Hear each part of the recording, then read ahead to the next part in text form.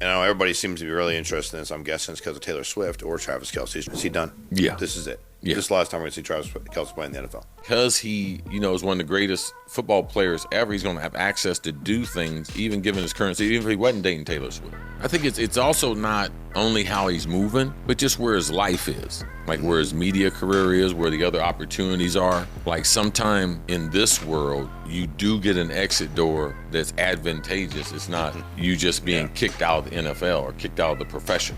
If Gronk can do TV, okay, and if he can be a media personality, what Kelce? Fox Sports, top 10 tight ends of all time in the NFL, according to Fox Sports. Jimmy Graham, number 10. Yes, Mike Ditka, he's staying no matter what. Yeah. Mike Ditka, 9. Jackie Smith, 8. Greg Olsen, 7. Shannon Sharp, 6. Jason Witten, 5. Gronkowski, 4. Gates, 3. Kelce, 2. And Tony Gonzalez, 1. You think that list makes sense to you? You got Jason Witten, that's 5. Yeah, he's not the 5th best tight end. Where is he?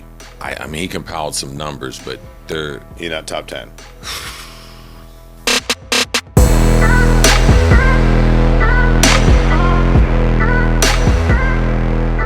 All right, guys, welcome to episode 76 of Fully Loaded. I'm here with Chris Carter. Sean, Mike, how you doing, man? Good, bro. How are you? I could not be any better, man. I appreciate having you here. I want to talk to you about this number that I read this week, and then I had Andrew actually pull it for me because I thought I read it wrong.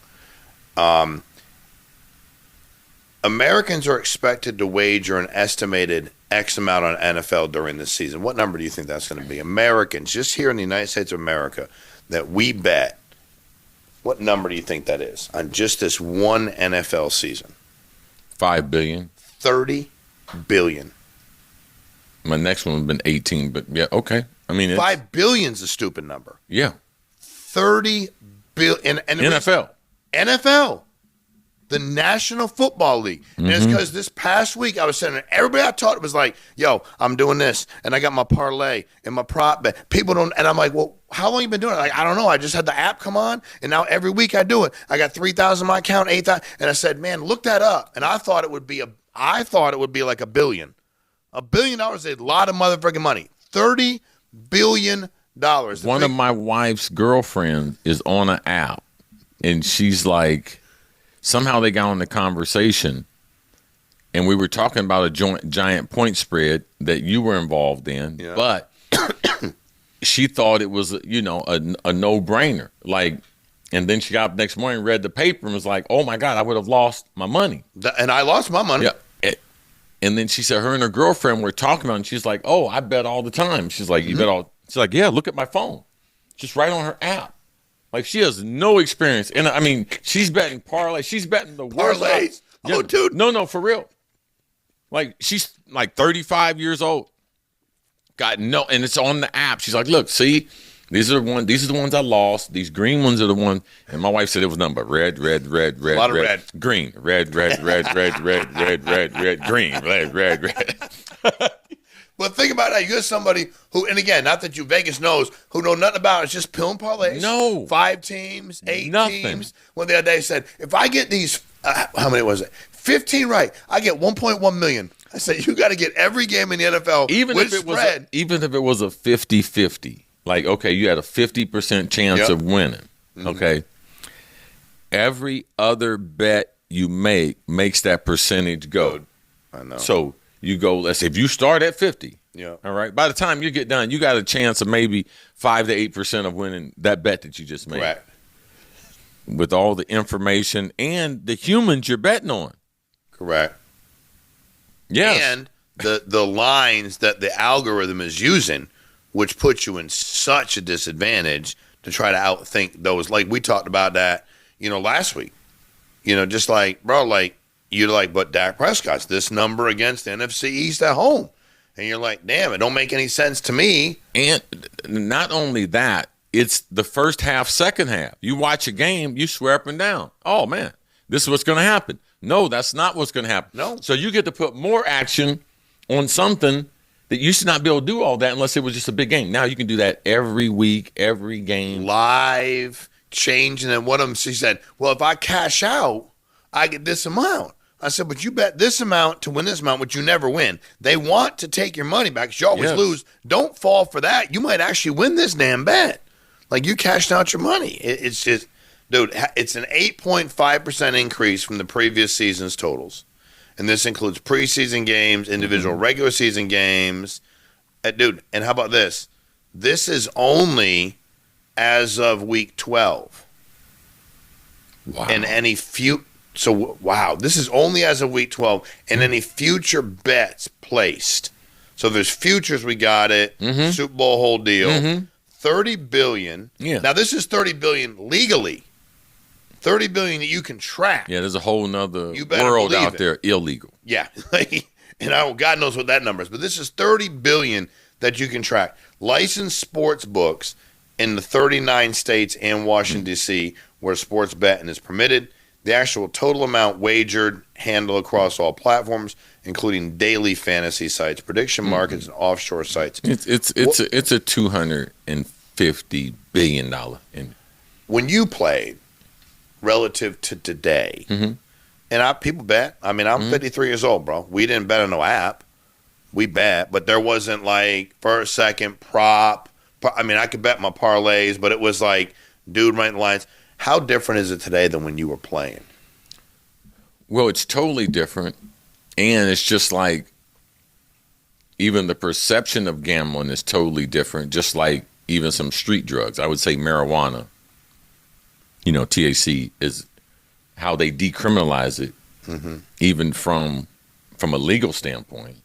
The penalties and what people used to do compared to today. Your officer pull you over today. He's like, "Hey, I'll take a hit of that. All right, no problem.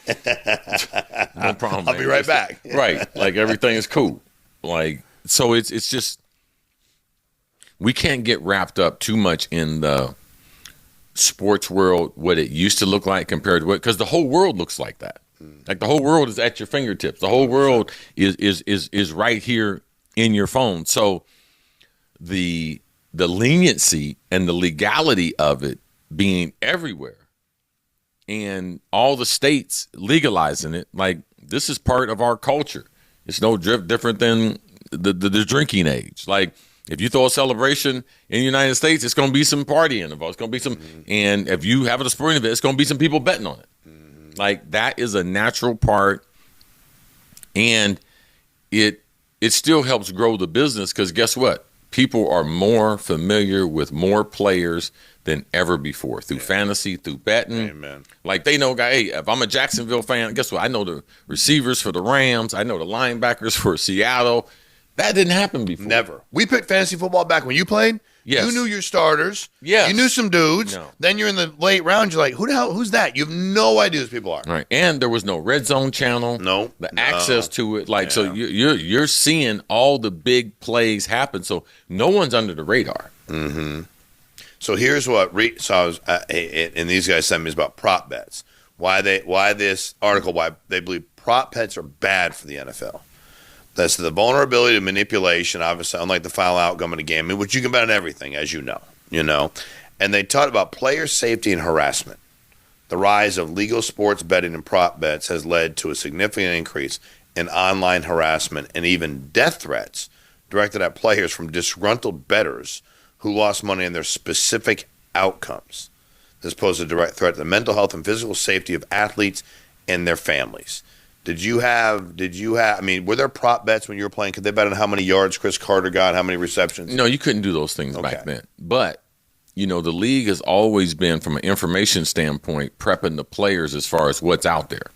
And even though you couldn't bet, the one thing you do know that the underworld was still alive and kicking in. Correct. So the families, the five families, like they were still alive and still doing business. So they have people that reach out and touch you in a lot of different ways, socially and things like that. So that was more of a threat than the ability to be able to bet. About what they would want you to do in a certain game. Yes, absolutely. Okay.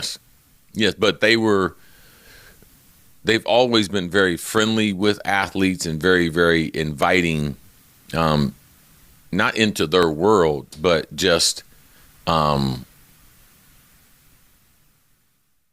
would say that as an athlete or an entertainer, people are going to go out of their way to introduce yourself. And you're going to have a chance to meet people. in organizations and that have that type of lifestyle for real, not TV shit. Yeah, correct. Like real shit. Yeah. Yeah, you're going to have that opportunity because of the platform you have. Mm-hmm.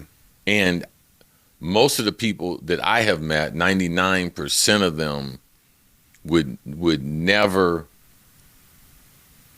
because their whole life too is about the integrity of it. Mm-hmm. And so it's a tricky thing for them because I'm trying to gain a relationship with you, but then I'm getting ready to ask you to do something that I know that you're not down with doing it. No, you're not. It's not your thing. So it's. But so you had to find a couple percent. Yes. That are down with doing it. There you go. Like I'm in. Well, even in college now, for some guys, they had the NCAA had ruled. Listen to this: that all student athletes could bet on any sports. And then we just had this big thing. All these NBA guys get busted, and they're like, "Oh no! We have to change that immediately." Yes, you idiots. That was a bad idea. Yeah. I'm a college football player. I'm going to bet on the basketball. But guess what? But look at the domino effect. 3 years ago, we said we're going to pay you guys. 2 years ago, we said revenue sharing. So we got NIL revenue sharing. And guess what? I'm getting ready to give you this money with no financial training, no financial literacy. And guess what? I'm going to allow you to bet on sports. This don't make sense. Makes no. That's what the NCAA did. And then they had to recall it and everything. Now you're not allowed to. Really? Who was in the room when you guys approved that? Who put them in charge? They do some crazy. Yeah, what kind of world do they live in? They don't have no friends that gamble. They don't have no shady. They don't have no guy. They don't have a buddy named Johnny you can bet with. Like they don't. They don't have that. Johnny you can bet. You don't have that. Exactly. Exactly. They show up, but like you said, they show up at your place and get their money. Yes, different than today. In 2024, the total amount of money wagered on sports globally was estimated to be $260 billion. The United States alone was nearly $150 billion. Mm-hmm. And then you look at the growth, the market, the expansion, all that. Let's see what this gives you the numbers. Industry, platform. Over 95% of this activity is online, or what is reported. Mm-hmm. If you could change anything about, because when I go to games, and unfortunately we live in Southern Florida, so I go to Miami Dolphins games. What does everybody talk to me about during a game? Their fantasy team. Mm-hmm. Listen, we're also Dolphins, but I don't give a shit if it's a guy bringing you drinks, guy getting food, guy next to you, dude you walk by in the bathroom. It's a huge part. It's fantasy football. Everybody's like literally. How big was that when you were playing the whole fantasy football deal? There was fantasy football. Fantasy football was huge. Okay. And, the thing about it, I always loved if you're good at real football, you'll be damn good at fantasy. Okay. All right. Because the numbers don't lie. Yeah. True. There's not bad football players that are good at fantasy. Mm-hmm. No. Yeah. The best football players are the best at fantasy. Okay. Because it's rewarding for what you do. Correct. Like it's a point system, yardage system. Like, yeah, it's great. But to me, it was really about the popularity of the game. And it drug more people into what was really happening. So if you were a guy that was under the radar, you weren't going to stay under the radar because of so many people fantasy-wise. Mm-hmm. Like if some other guy, even if you don't know about a guy, if you're playing against him, he's a receiver or running back, and he's putting up numbers, you're like, man, who's that guy? So now he's in your Rolodex as far as thoughts, like even when you get in the football conversation. So I do believe that football fans have more information or more educated. That don't mean they'll make smarter decisions. Okay, they have more information. They're more educated. That don't mean when it's time to pull the trigger, they're going to make better decisions. Because actually the NFL, more information, it clouds your judgment. You need to zero down on a few things that you're going to do. Either bet totals, all right? Get teams you fall in love with. Every year there's 3 or 4 teams that didn't make the playoffs that are going to get on a run. Okay. The Colts, the Patriots, Seattle. Like there's always 3 or 4, and then ride them. And then there's always going to be legacy teams that are always going to, Andy Reid's going to always do well. So you cannot bet the whole league. Any of them, NBA, NFL, Major League Baseball, you got to be specific about it. That's why they present so many options, because each one of them, guess what? you got to pay the VIG on, no matter what it is.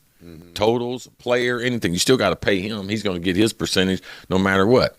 Now, the more things I put out there, the more options you're going to miss. Because I'm an expert at the NFL, and, man, I would lose you a fortune. Yeah. Yes. But it'd be less than you would lose. It'd definitely be less than I would lose. Yeah, but I would lose. You admittedly would still lose. Yes. So the system's rigged completely against us. Yes.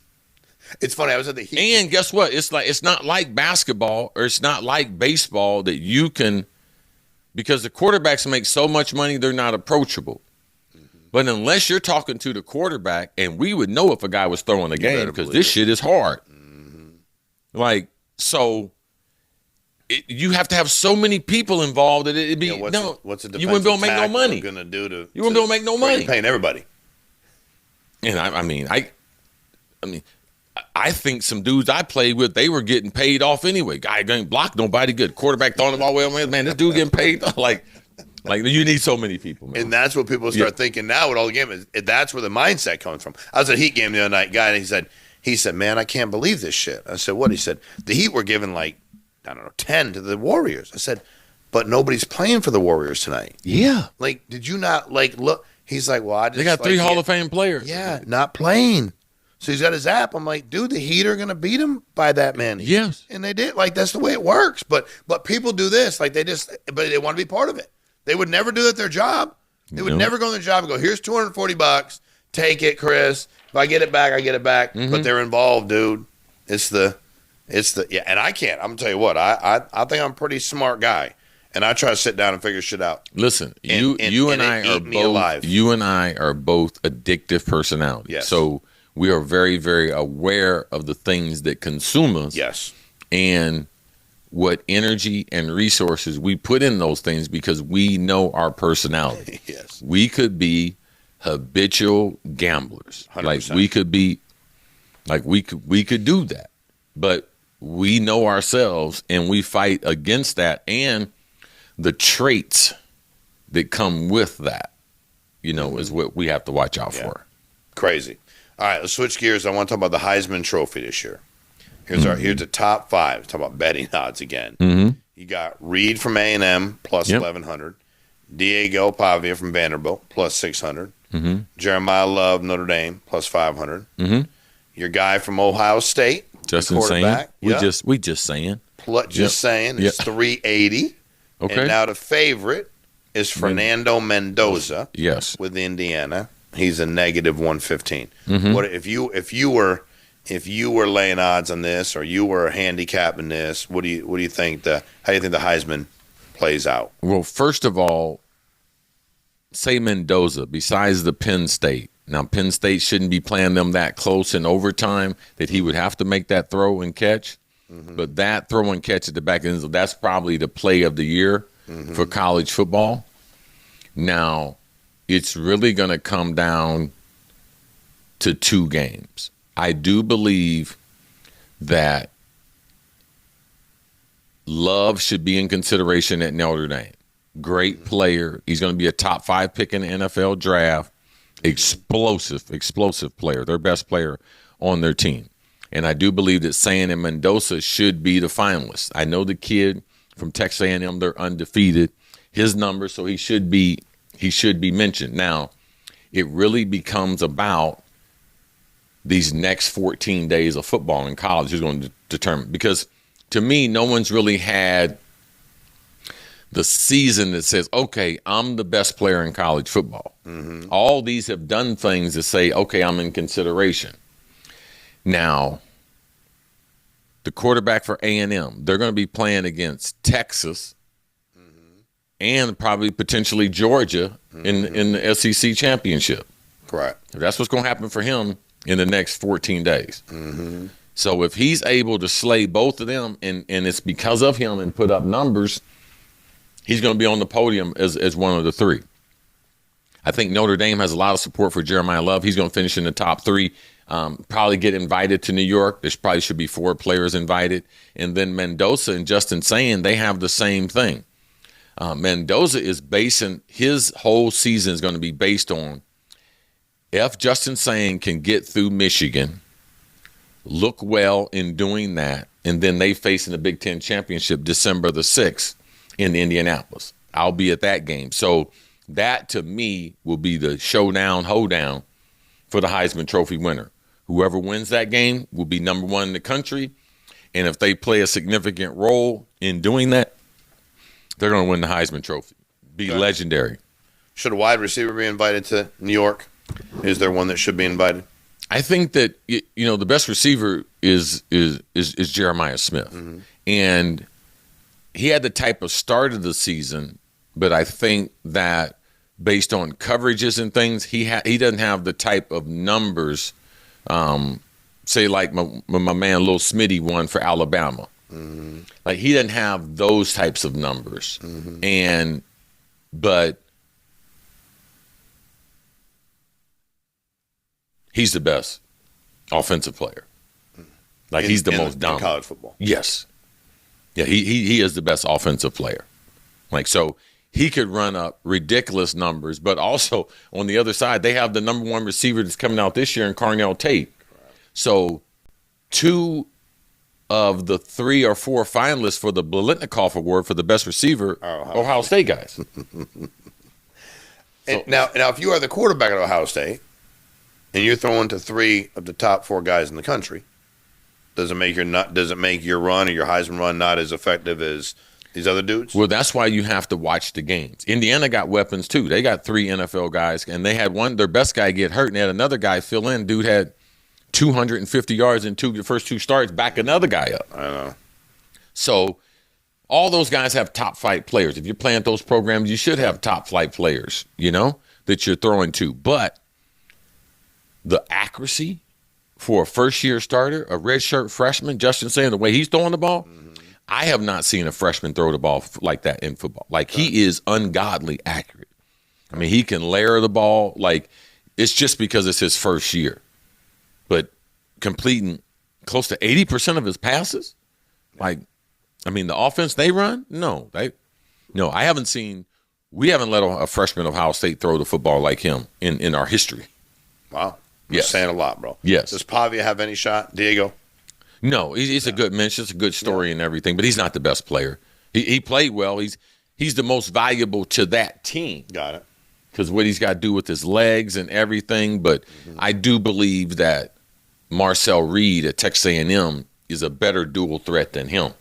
Okay. And if Pavia was here, if he was on A&M, would they be winning? Like, I don't think so because they're passing game. I don't think he has the arm Reed has, and Reed's got the legs also. So, good story. All right. A couple questions that kept coming up in comments, and we don't want to read them all the time, but I thought they were interesting. These guys pulled them like overall. What do you think the top 3-4 cities to play in if you got to pick today as an NFL athlete? Chris Carter's coming. You get to pick of any city. Forget about Franco. What cities do you think guys want to play in?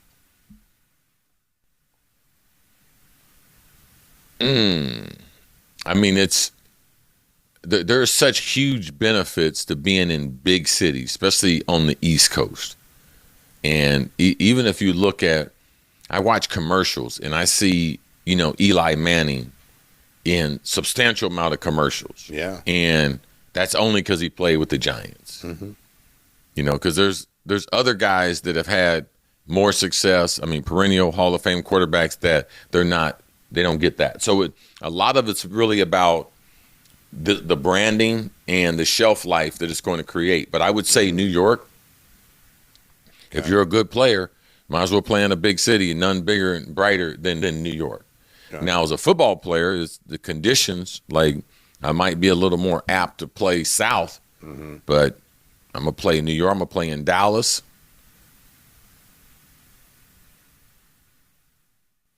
I like Denver. Really? I like Denver. Those would be the places that I would. Why Denver? I like the history of the franchises. Denver has great support, fan support. The owner is the richest in sports. You like that? Yeah, yeah. Cut me a check. Yeah. And, I mean, I just like that part of the world, being able to do it. Like, they have great support there, great fandom there.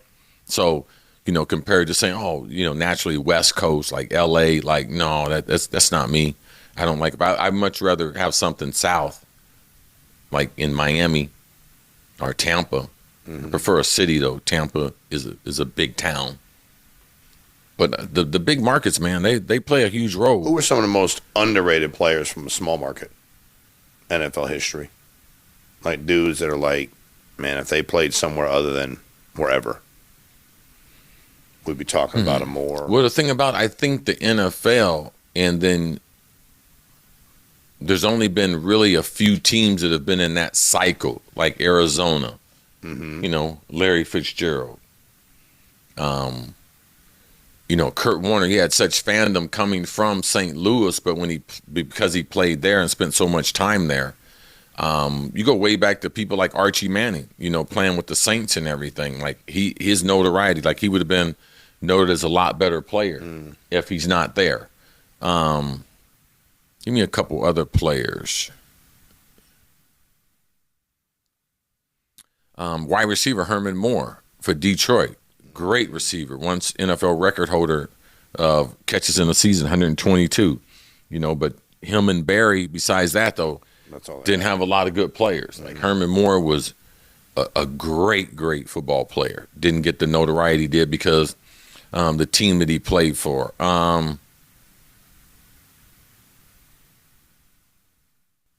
Those are some of the ones right offhand. All right. I know everybody seems to be really interested in this. I'm guessing it's because of Taylor Swift or Travis Kelce. Is Travis Kelce going to retire this year? Is he done? Yeah. This is it. Yeah. This is the last time we're going to see Travis Kelce play in the NFL. Yeah. I think it's also not only how he's moving, but just where his life is. Like where his media career is, where the other opportunities are. Like sometime in this world, you do get an exit door that's advantageous. It's not you just being kicked out of the NFL or kicked out of the profession. Like you got an exit door that's a high level exit, and you should take it. Mm-hmm. He's got a pretty high level exit. Yes. A lot of money. Well, he's going to have access, and because he, is one of the greatest football players ever, he's going to have access to do things, even given his currency, even if he wasn't dating Taylor Swift. Well, even the podcast he was doing before that. He still have a media career. Brother, Yes, he still is a great personality to have, and that's only grow. His conversations, his words, like if Gronk can do TV, okay, and if he can be a media personality, what Kelce? He sure as hell can do it. Yes, if Gronk can do it. Yes. Then they pulled up for me Fox Sports top 10 tight ends of all time in the NFL, according to Fox Sports. Jimmy Graham, number 10. That's Mike Ditka. He's staying no matter what. Yeah. Mike Ditka, 9. Yeah. Jackie Smith, 8. Greg Olsen, 7. Shannon Sharp, 6. Jason Witten, 5. Gronkowski, 4. Gates, 3. Kelce, 2. And Tony Gonzalez, 1. You think that list makes sense to you? Kelce is not the 5th best tight end. I mean, Witten. You got Jason Witten, that's 5. Yeah, he's not the 5th best tight end. Where is he? I mean, he compiled some numbers, but he's not top 10.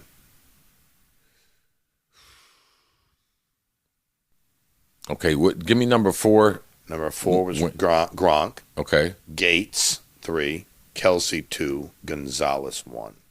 Where's Winslow? He ain't on the list, bro. Kellen Winslow? Kellen Winslow is not on this list. Like, there's no way that Witten is better than him. No, and Witten's 5. Yeah, there's no way. I mean, it's Jimmy Graham, Mike Ditka, Jackie Smith. No, right. Jackie Smith and Ditka, for real. Okay, got it. Jimmy Graham? Jimmy Graham ain't better than Winslow. No. Okay. No. Like Greg Olsen ain't better than Winslow.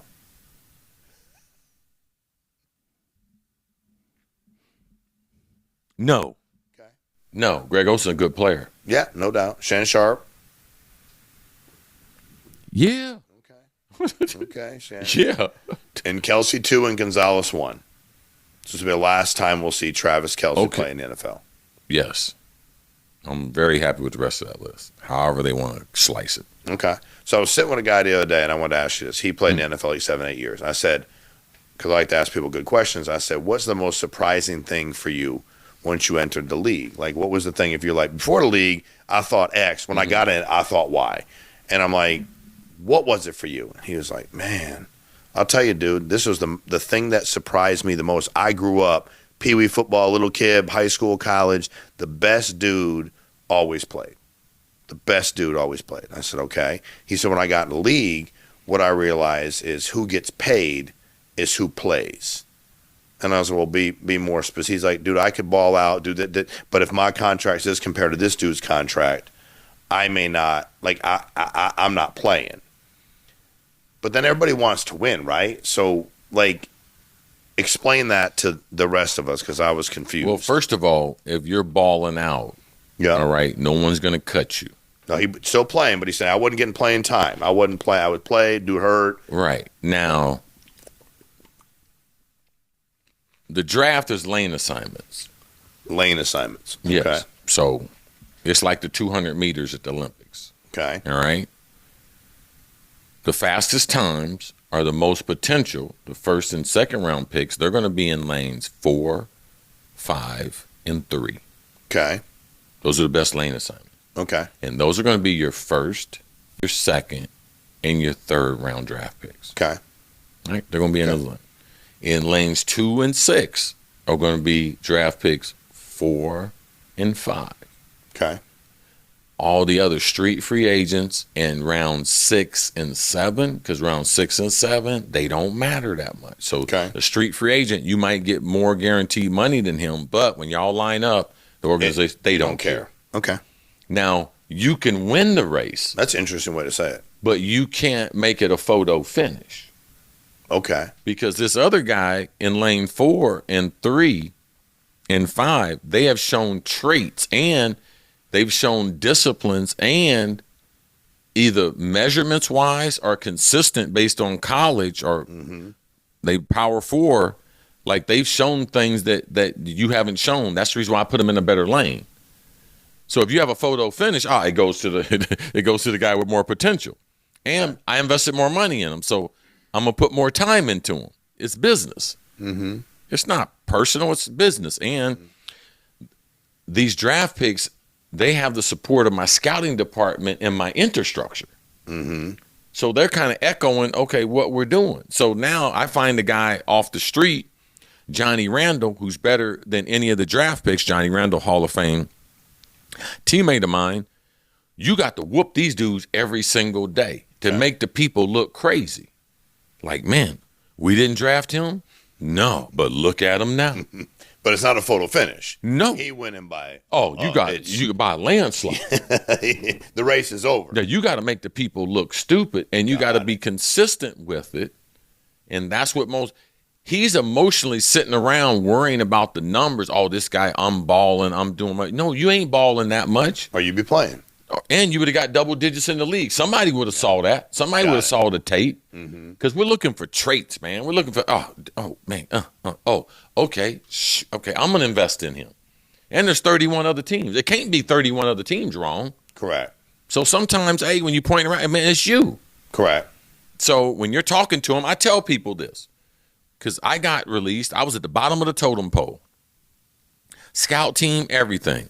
And that was just not going to happen. Mm-hmm. I even went to my receiver coach, asked him, what could I do like that you might even consider me to be a starter? He said, I don't even think you'll be a starter. I don't look at you as a starter. I was like, oh, man, I got to do some stuff. One of us got to go. One of us got to go. He's like, what do you mean? I said, well, I ain't going to quit. Mm-hmm. So I'm going to keep showing up until something changes or you ain't here. Mm-hmm. And that's what happened. He wasn't there. He wasn't there. Mm-hmm. Thank the Lord. But it's like you said, structure, system, and somebody to believe in you. Yeah. You need somebody to believe in you. And they had a couple other players that they had drafted or players that they had invested in, players that had NFL reputations, and I had to beat those guys out. Mm-hmm. And if not, I would have been a journeyman for a couple of years. I would have had a 6 or 7 NFL year career. I would have been meeting you at some game or something, sitting there with my lip stuck out saying, oh, man, something, man, they ran this number on me, bro, because, it ain't about who's the most talented. Yeah, it is. Yeah. Shit, don't tell me. I was like, everybody got to win. Don't tell me. You got to be. My mom taught me this now. My mom raised a lot of athletes, and she's seen this. And my mom was into her experience made her very, very jaded, and she was very racist. Okay. So she used to tell me about the coach and the other players. And if they were white, like if this coach decides to put you on the bench after all these practices and you haven't proven to him that you need to be out there, that's your fault. Don't be talking about, hey, some white coach did this to me and everything. She said, all the players, if you don't show that coach that you should be out there in the starting lineup, don't be complaining. Don't have your lip stuck out on the bench over there. Like, you control all that. So don't be complaining, oh, the coach is playing this guy because of such and such. My mom taught me that when I was so young. So that was never going to be anything that I could ever bring up. Right. Other people, they utilize that. So get better or get gone. That's what happens. Okay? Get better or get gone. Correct. Because someone's going to take your spot because someone is going to get better. Mm-hmm. Yes. They will play you if you show out and you are legitimately balling out. Embarrass them. Correct. No matter how much Stay after practice. When the coach leaves, you still out there catching balls. Mm-hmm. You still out there running routes. You still out there running heels. Mm-hmm. Like that's the kind of stuff that I used to do. Mm-hmm. Other receivers, they gone. They ain't already showered. Chris still out there working. Mm-hmm. The star receiver, he would be getting in his car. I ain't going to mention his name. People know. Go back to the early 90s in Minnesota. He would be in his car, and I would be catching 100 balls on the jugs machine. I would run 8 heels and catch 100 balls on the jugs machine. He was gone. Showered, gone. He had already, man, Michelob was his favorite drink. He was already headed to the apartment. Crack one of them Michelobs. You were on your second hill. He was drinking his first Michelob. Feet up. Made me a lot of money, man. I was so happy to see him leaving. Like, it was like he was in a rush from the time the coach broke us down. Shot, man, he run into the locker room. I mean, shower. That made you a lot of money. Man. Him wanting to get out of Michelob. Oh, my goodness. God bless Michelob. All right. This is a great question, and I wanted to read it to you. I've had it a couple times, and we're gonna wrap with this. Silver _79 CC. If you had the power to put any single retired player in the Hall who didn't make the cut, who would you put in and why? It would probably be a guy named Henry Ellard, wide receiver. He's the best route runner in my generation that's not recognized as that. Okay. I mean, he was in the old Air Coryell offense. Yeah. And, man, you talking about running routes where typically there was a phase of football that most of the routes were stagnated where you would almost come to a stop at the top of your route before you would make your break. Man, Henry Ellard had the speed breaks and what they call the pro routes that they're still running today. Ridiculous. When I used to tell people, I don't think he's got cartilage in his knees. Because the way he used to just run and just make a turn, I'd be like, I don't think he's got cartilage in his knees the way he does that. His body's not supposed to do that. No.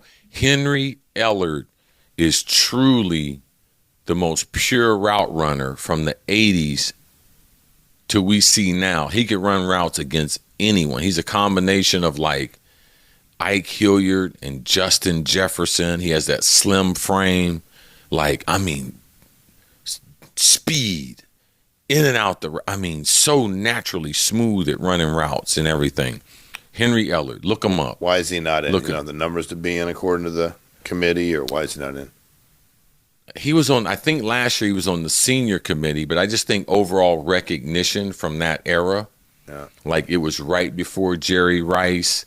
And there's another receiver, Philadelphia, Mike Quick. He ended up getting hurt, but he would have been in that breath of great. I think he made 5 Pro Bowls his first 6 or 7 seasons. Then he had 2 knee injuries in Philly. Still a broadcaster for the Eagles, quick 6. But Henry Ellard, for just lack of notoriety, definitely one of the purest route runners that I've ever seen, any decade. Got it. Okay. Thomas Gabitis 3801. If you think Tom Brady let a quarterback get any, in caps, first team reps, you crazy. Was anybody getting reps when Tom Brady was a quarterback outside of Tom Brady? No, not unless the coach mandated it. No. Got it. No, I was the same way. Like I had to tell, we have 12 guys in the huddle. I said, man, tell him I ain't coming out. He'd be like, Coach, Chris said he ain't coming out. Coach Green be like, Chris, get your ass out of there. I'm like, okay. And then I look at the dude and tell him, try that shit in the game. Watch what's going to happen. I ain't going to never come out.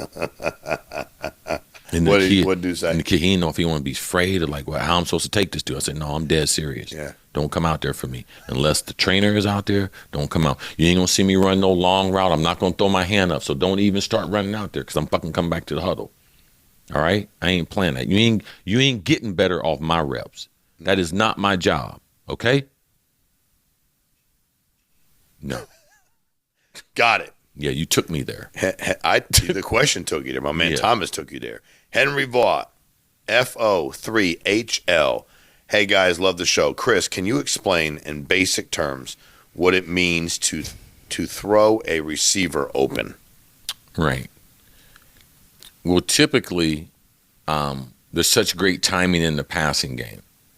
And a lot of times we have to be on the same page. First of all, the difference between zone and man. I'm not talking about if a guy is guarding me, man. I'm talking about what are my principles against zone and man. Mm-hmm. I know against zone, I need to sit, find an open area. Against man, I need to run. I need to find the open space, accelerate away. So there's certain techniques, even if I have the same route, that are different against man than they are against zone. So for me, the quarterback, if I'm in the slot and the guy is over my head and I'm running some type of shallow cross, and the quarterback typically in that situation, he's going to throw me in front of me. Now, if someone in the flat or someone falls off, he's going to put the ball on me because that flat part is not open. I'm going to get a kill shot. Mm-hmm. And or he knows to throw me down, so he'll throw it on my back shoulder or back hip, so I throttle down and take a back shot compared to a frontal shot. Got it. Now, also, if he knows the hole's wide open, it's all cleared out, there's green grass, I know once the defender, if I'm running and he puts the ball, I know he's telling me.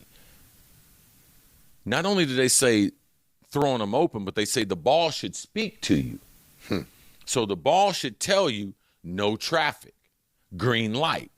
So you start to accelerate as you catch the ball because the quarterback is throwing you open. On any type of dig routes or things down the middle or even on the sideline, when the quarterback releases the ball, you're not going to be open. But he's going to throw it in a window like the Will linebacker is here where this light is. Mm-hmm. The Mike linebacker is here where this light is. The Sam linebacker is here. I might be behind the Will linebacker. He's going to look to the Mike and throw it between them, and I'm going to come into the open space. And that's what they mean throwing open, where I'm not open at the route. He's going to throw it to a space. The timing and everything, we're going to make it time up that I'm going to get to the space the same time as the ball. So that's what you mean throwing them open. Sometime when you're in the red zone or you got a short yardage situation, the quarterback will get on top of the ball and throw the ball down so that you don't get collision. So when you come inside the corner, he's throwing it down. He's telling you, get on the ground. Get down, yeah. So you're going down to scoop it, and we love low across the middle, man. We love it. We love it because we know that thunder is up there. That's right. I want to be down. Yeah. We want to be down, and that ball speaks to us. Get down. Okay. Get down. You got traffic out there. Well, there's your answer. That's a hell of an answer. Thank you very much. All right. Played a little football. He played a little bit of football. All right. Henry Vaught. Hey, guys, love the I'm sorry. My bad. It was so good, Henry. I almost read you again. Heron Cody, 6750. Yeah, the problem is that young guys making quick money that aren't developing won't continually improve and keep their starting job. It's all about longevity, records, and money, and you can't do it the easy way to do well long term. No, you have to have a program. If you want to play a long time, have guys as your friends that have played a long time. Ask them how they did it. How did they adapt? How did they change their game? How did they change their body? How did they change their psyche? How did they change how they dealt with their family? Because all these things will have an effect on how productive you are, and how productive you are will have an effect on how long you're going to play. Jackson Timothy. Maybe CC needs to go on Boston Sports Radio and tell this story to the ones that think Brady made Belichick, because Belichick didn't win without Brady. But they never say why Brady stayed 2 decades with Belichick if he didn't need him. Brady left when he was literally an OC, HC, DC, QB on the field. No one says Brady met with Belichick 2 to 3 times a week to go over game plan coverages, what their tendencies are. That's his comment. Yeah, I don't get into that who made who stuff. Like, if I have athletic talent, it's a gift from God. If a guy can coach, it's a gift from God, but both of them got to be curated.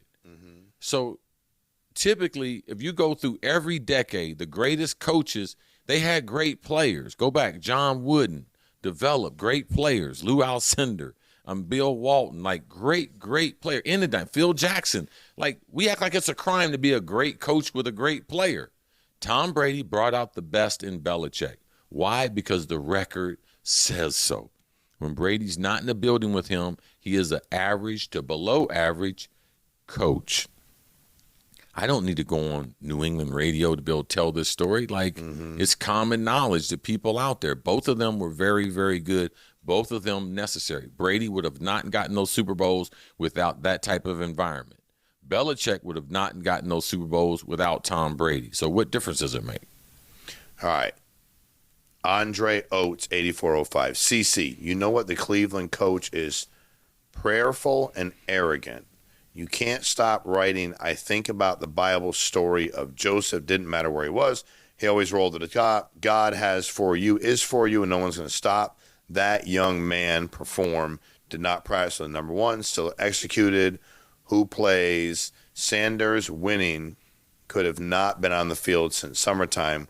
We all see what's going on. I believe that Kevin going to lose his job. Trust and believe. I don't know if he's going to lose his job. I mean, he's a very reputable coach. If he does lose his job, he's going to get another one.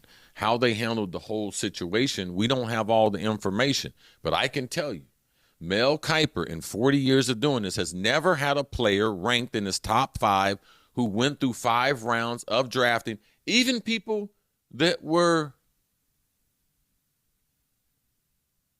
had committed serious crimes. Yeah. I gotcha. Yep. Okay. Yeah, so something happened. Yep. We got it. Something had to happen for them to have this. Now, talent always rises to the top in the NFL. We're going to see, because he got an opportunity and it was clear. He's definitely an NFL quarterback. Game wasn't moving too fast. Now, how much he improves once the NFL gets tape on him? How much will he improve? Yeah. We'll see. Yes. We'll end with this one. Outsider Sports. The Outsider Sports. The black GM who paid Watson is the same person that drafted Shador. Fact, not the owner, which has shown his disdain for the pick. Why do the talking heads and Savant keep doing this? Call it honestly. I always love when people say shut the fuck up, not to somebody's face. Shut the fuck up. Well, the acronym STFU, because you're making us look horrible. Who's the Outsider Sports? They look horrible. How big is that page, Drew? They comparing them, what they're talking about, comparing to you. As far, and I don't know what's got to do with it. Was there matter what the color of the GM is? Matter if he's white or black? It don't matter to me. It don't matter to me. What mattered to me was when they did the press conference, the look on his face. I don't care, white man, black man, that look on his face was not, I am not happy. That was not me. Going on. That was not my pick. I've seen him do other interviews that his disposition was not that way. Correct. So I'm going on based on everything that I know. I know they drafted another kid, a Shrimpsky, in the 3rd round. I do know, like the dude told you, money, now he has more guaranteed money. Correct. He's going to get the opportunity. Yeah, can't be a photo finish. And guess what? The people that were this summer saying, oh, man, Shador is better than him. Shador wasn't even practicing with the first team, so how they know? This is the first week he practiced with the first team. So it's fairly obvious to me that if I was Shador, I'm going about, okay, how can I, with this week, but am I thinking long term that Cleveland is the place for me? No. Like, I'm taking this check to check, week to week. Correct. They probably be thinking the same thing. But to your point, if you're going to play in the NFL, which I think he certainly could play quarterback in the NFL, and I like what you said because I was thinking about the game wasn't too fast for him. And guess what? That general manager did not give Deshaun Watson that contract. That owner did. There is no general manager can give someone $230 million. Who is that, Drew? How many? He said, "You're making us look bad." He's now commenting like Chris Carter. How many people watching him on Instagram? Nobody. But he said, "You're making us look bad, dude." But change your information. The owner gave him the money. The owner. Hey, listen. Who do you think signed Myles Garrett to the richest non-quarterback deal? You think the general manager did? The owner. It's his money. Come on, people. I mean, come on. On that note, we are and Myles Garrett's black. Shut the fuck up, Myles. I don't know what's got to do with nothing. He is Chris Carter, obviously. Yes. I am Sean. I'm still black, too. Regardless of what you say. I got nothing else to say, but we'll see y'all next week. I appreciate y'all.